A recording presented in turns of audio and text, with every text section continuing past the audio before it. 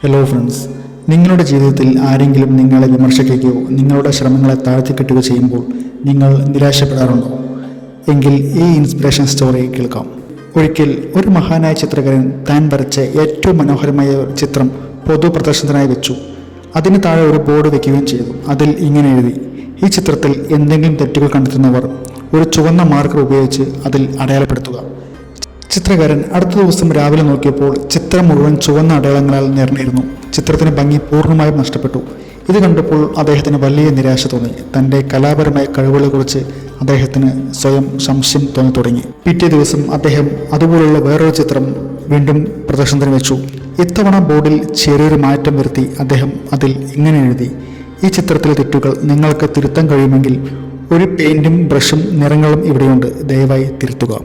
ചിത്രകാരൻ അടുത്ത ദിവസം രാവിലെ വന്ന് നോക്കിയപ്പോൾ അത്ഭുതപ്പെട്ടു പോയി. ചിത്രത്തിൽ ഒരു ചുവന്ന അടയാളം പോലും ഉണ്ടായിരുന്നില്ല. ആരും ഒരു തെറ്റും തിരുത്തിയിരുന്നില്ല.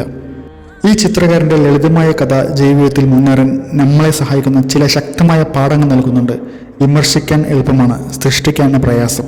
അതായത്, ലോകത്ത് ആർക്കും മറ്റുള്ളവരെ വിമർശിക്കാൻ എളുപ്പമാണ്. എന്നാൽ ക്രിയാത്മകമായി എന്തെങ്കിലും ചെയ്യാനും തെറ്റുകൾ തിരുത്തി മെച്ചപ്പെടുത്താനും വളരെ കുറച്ചുപേർക്ക് മാത്രമേ കഴിയൂ.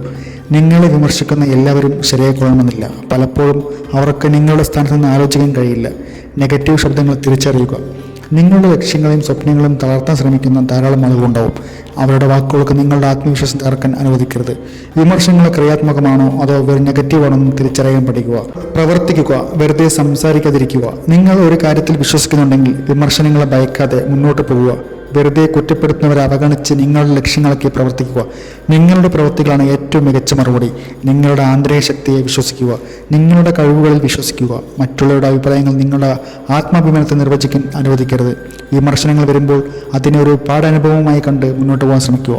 അതുകൊണ്ട് നിങ്ങളുടെ ജീവിതത്തിൽ ആരെങ്കിലും നിങ്ങളെ വിമർശിക്കുകയോ നിങ്ങളുടെ ശ്രമങ്ങളെ താഴ്ത്തിക്കെട്ടുകയോ ചെയ്യുമ്പോൾ ഈ ചിത്രകാരൻ്റെ ഈ കഥ ഓർക്കുക. എല്ലാവർക്കും വിമർശിക്കാൻ കഴിയും, പക്ഷേ തിരുത്താനും മുന്നോട്ട് പോകാനും നിങ്ങൾക്ക് മാത്രമേ കഴിയൂ. നിങ്ങളുടെ ആന്തരിക ശക്തിയിൽ വിശ്വസിച്ച് മുന്നോട്ട് പോവുക. ഈ കഥ നിങ്ങൾക്ക് ഇഷ്ടമായെങ്കിൽ ഈ ചാനൽ സബ്സ്ക്രൈബ് ചെയ്യുക, ലൈക്ക് ചെയ്യുക, അഭിപ്രായങ്ങൾ കമൻറ്റായി രേഖപ്പെടുത്തുക. Thank you.